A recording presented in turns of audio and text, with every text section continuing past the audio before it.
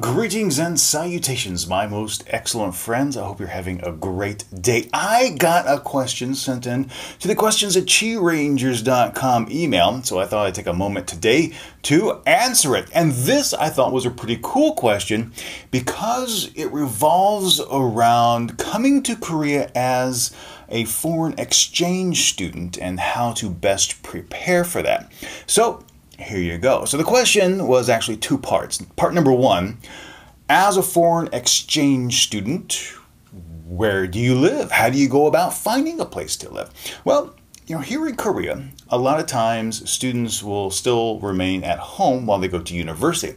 If they do go to a university away from home, they actually typically either stay in a dormitory or, what I'm going to recommend to you, the Goshiwon, sometimes called the Goshitel or the one-room tel. Now, what this is essentially a very, very, very small, tiny, and I hesitate using the word apartment, but it's a room about this size, 3 meters by 3 meters or smaller. It is tiny. It's essentially large enough for a twin bed, sometimes a stove, a sink, bathroom, and maybe a small laundry machine. Sometimes that's shared. Very, very small. They're typically located near universities and they're designed specifically for students. And typically all the people in Goshiwons are students.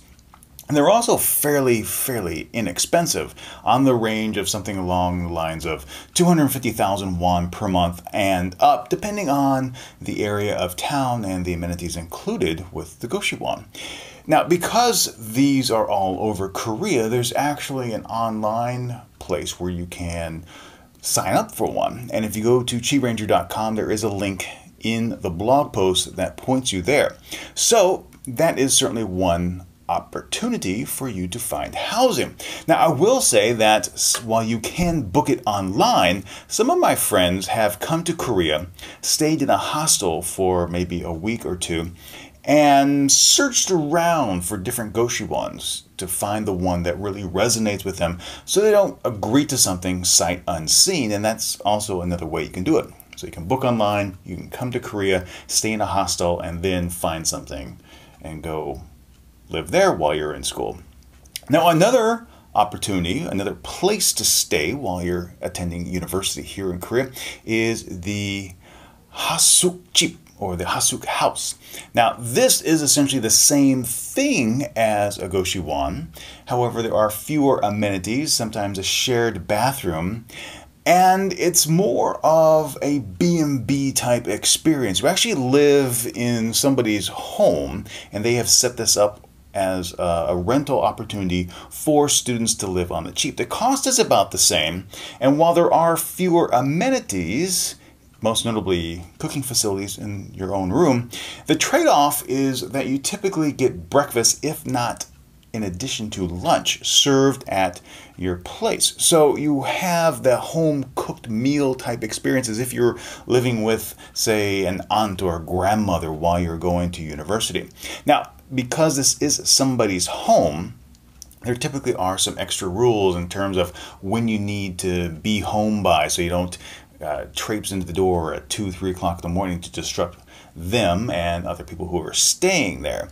Now, because these are also typically older folks, maybe retirees who are doing this to help younger students out, a lot of times they aren't online. There's not a big network of Hasukjips where you can book in advance and sign up for a place. So these typically require you to go in advance and meet with them on a one-on-one basis to make sure everything's going to mesh together and you can go there. So those are probably the two most common options of student housing for university students here in Korea.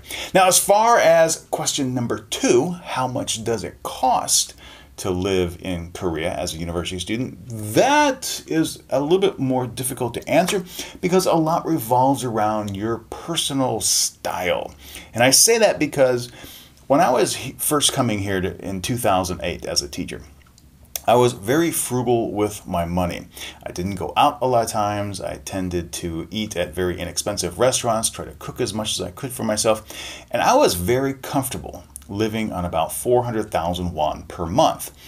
Now, I contrast that with other co-teachers who were eating out a lot, going on dates, going to different clubs, and they were spending on the order of maybe 1.5 million to 2 million won per month. So you can really see the difference. It all depends on how much you want to save and how much you want to spend.